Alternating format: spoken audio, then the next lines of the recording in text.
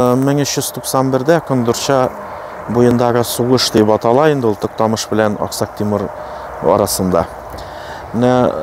Фаразларның берсе буларак, менә безнең артта монда Кundurşа елгасы үтә, Сок елгасына барып тоташа. Менә шу тау башында инде гаскәр башлыклары торганлыгы, аста менә бу тигезлекләрнең берсендә монда берничә бәрелеш була әлбәттә.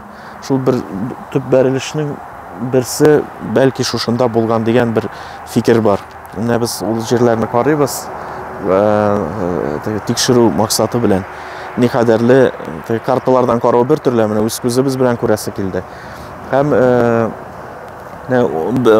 анда уң кул, сул кул һәм төп урта гаскәр, центр дибез инде, ул менә алар төрле яклап килеп, Токтамыш гаскәре, Аксак Тимур гаскәрен уратып ала.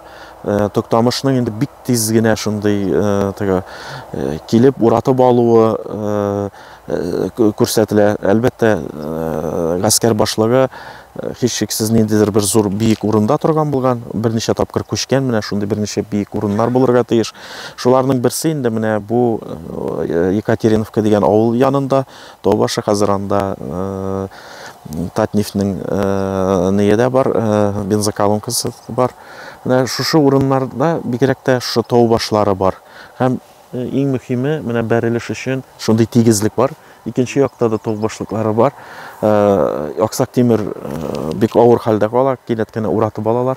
Кызганычка каршы ул вакытта уң кулны җитәкчесендә булган Бикбулат дигән һәм Идегей тарафдарлары гаскәр сугыш урынын калдырып китәләр. Токтамыш уратып алган гаскәре таралган була, шуңа күрә мәҗбүр кала гаскәр чигенергә.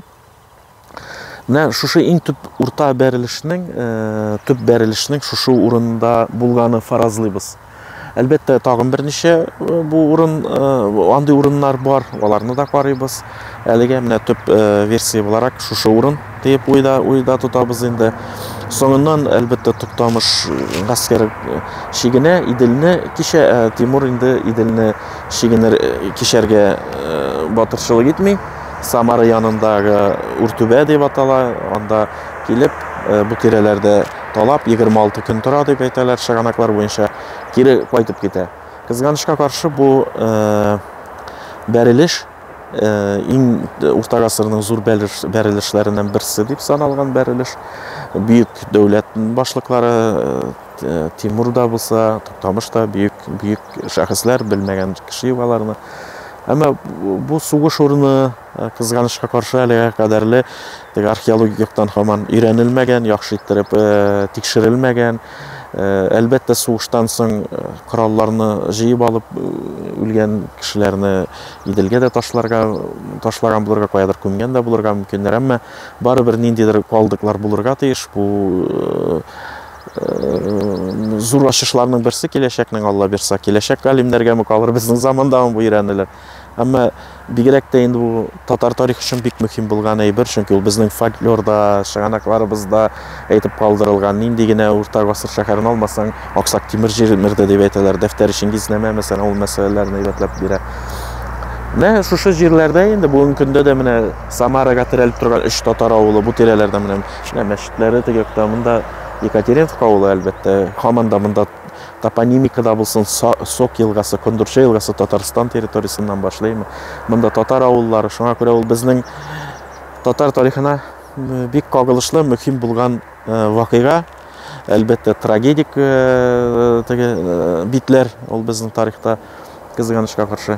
Әмма бу тарихны өйрәнергә, күрсәтергә, Татарстанга терәлеп торган җирләрдә бит ул безнең татар дөньясының уртасында. Һәм әлбәттә инде ул дөнья тарихына да бик каты тәэсир иткән. Чөнки аннан соң Алтын Урда җимерелә, Россия дәүләте барлыкка килә, Госманлылар көчәеп китә, географик ачышлар. Әмма анда әле менә Төрки дөньясы, татар дөньясының көчле, шанлы вакытлары, әлбәттә ул бетеп барган вакыты, кызганычка каршы. Әмма әле иң зур бәрелешләрнең берсе дигән, бик зур көчле бәрелеш булган була монда. Сан ягыннан да бик күп булган. Әлбәттә, сан ягыннан да әйтәм, шаганаклар 200-300 мең күрсәтсә дә, әмма чынлап та бер 40-50 мең гаскәр булганлыгы турында фаразлыйбыз. Әлбәттә төгәл генә информация юк, әмма уйлаганда шулайрактыр дип уйланыла инде. Әлбәттә ул бүгенге көн өчен зур саннар. Алар. Шуңа күрә әлбәттә Аксак Тимирнең дә монда кадәрле килүе, Самаркандтан монда кадәрле килүе, Улутау, аннан соң Жайык буйлары, Оренбур далалары буйлап монда килә һәм монда туктамыш чигенгән була. Туктамаска тырышкан була. Башта Жайык елгасын кичкәндә ул аларны белән сугышырга уйлаган була. Чөнки елгаларны кичкәндә, әлбәттә ул вакытта күперләр юк, әмма җиңелрәк дошманны шулай туктатырга. Һәм Иделне кичкәндә кичәргә уйласа, Идел ягыннан уланы туктатырга уйлаган була инде. Әмма Аксак Тимир моны белә, аңлый һәм авангардны җибәреп, Туктамыш гаскәрен туктарга һәм сугышны менә бу урыннарда кабул итәргә мәҗбүр итә. Шуңа күрә әлбәттә Туктамыш гаскәрен җыеп бетереп өлгерәлмәгән була, кызганычка каршы. Менә бу сугышта да белгән дастан Идегей Туктамышка Тимурга юл күрсәтеп килгән. Монда кадәр Тамерлан гаскәре белән килгән, Бекбулат дигән соңыннан әзрәк үзен сарайны барып ала, Ункул белән гаскәр башында булган. Ул Идегейләр менә алар бергә саталар инде Туктамышханны сатып, илне шундый көнгә калдыралар. Менә дастаннарыбызда билгеле булган, фольклорыбызда аңлатылган дәфтәр ишенгезнәмәләрдә безнең аңлатылган менә шушы вакыйгалар белән бәйләй берләр инде бу җирләр. Аннан соң Туктамыш әле тагын Аксак Тимур белән сугышачак. Аннан соң аның кызганычка каршы җиңелми, уллары да шулай күтәрелеп бетерелә. Аннан соң улларыннан соң Кадырберди Идегейне үтерә. Кадырберди үлгәннән соң Олы Мөхәммәд инде ул дәүләт башына килә һәм Казан ханлыгын кора. Булар менә бөтенесе Олы Мөхәммәд ул гаскәрләрдә йөргән. Безнең тарих. Бабаларның каны түгелгән җирләр. Каны түгелгән, шәһид киткән җир, аларның рухларына бер дуга укырбыз, Алла бирсә. Менә тагын бер версия буенча, безнең уйлаулар буенча инде без берничә урынны билгеләдек бу сугыш урынысының. Шуларның тагын берсе менә Градцовка дигән авыл һәм Висловка. Бу менә М5-ка барып чыга, ортта безнең анда Самарага таба юл китә. Менә бу җирләрдә әлбәттә сугыш урынын сайлаганда билгеле бер мантыкка нигезләнеп, чөнки сайлыйлар, чөнки бәрелеш урыны кирәк, маневрлар урыны кирәк, ул эшелонированный төрле гаскәрләре була. Менә шушындый бер урыннарның берсе, менә шушы урында Градцовка авылы яныннан китеп, монда инде аста соңыннан Иделгә төшә. Менә бу ачыклык һәм менә тау башлары да булуы, yani гаскәр башлыкларының бу тирәне контрольдә тотып, аны бит идара итәргә кирәк, гаскәрне уң кулны, соң кулны җибәрергә. Менә яда уң кулның бу якта булуы мөмкин. Яда инде менә бөтен гаскәр менә моннан күренеп тора, бөтен тирә-як, әгәр дә Аксак Тимир гаскәре моннан килсә, Туктамыш ничек бу яктан тоткан булырга мөмкин. Менә тагын шушы бер версияларның берсе, менә без карап йөрибез инде хәзер.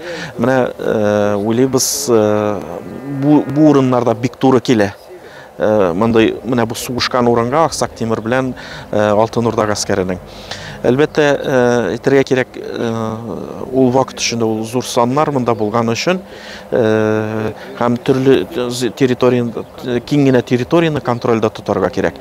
Менә без Екатериновка яныннан караган 6-7 километр менә. Булар бөтенесе бер тирәрәкләрдә, чөнки әйткәнемчә менә сугыш мантыгы, аларның килгән маршрутлары безгә күрсәткән шушы тирәләрне күрсәтә.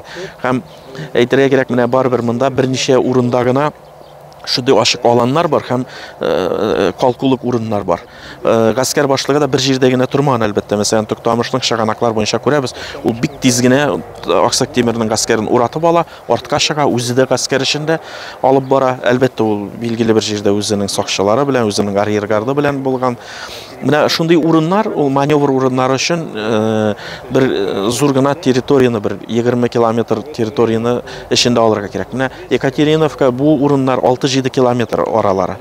Шуңа күрә уң кулның куйган арасы, соң кулның төп гаскәрнең булган урыннар. Менә алар туры килгән берничә шушы версия урыннарында карап инде без әлбәттә чыганаклар нигезендә һәм үзебезнең профессионал буларак карап шушы урыннарны әлегә билгеләп йөрибез.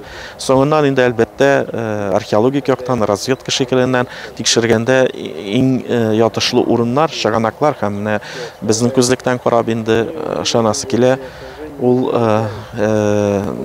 дөрес аңлап була. Әлбәттә киң аланны күз алдында тотарга кирәк, җиңел генә бу бер җирдә генә утырып кына сугышкан урын түгел әлбәттә. Әмма логика буларак, мантыгы буларак шушы урыннарның да берсе күренеп тора. Һәм менә монда карасак, нинди бу менә моннан гына якын кебек. Ул монда 10 километр ераклык күз алдында, бөтен нәрсә күз алдында. Әгәр дә менә утлар яксалар, гаскәр килсә, тузан чыгарса, нинди гаскәрнең хәрәкәтен әлбәттә хәбәргирләр дип разведчиклар алда йөргән, караул отрядлары йөргән. Алар менә шуңа күрә тиз бер-берсенә китереп информацияны бирергә, зур территорияны контрольдә тотарга мөмкинлек булган. Менә монда да күренеп тора. Бик зур аланны күреп контрольдә тотып була.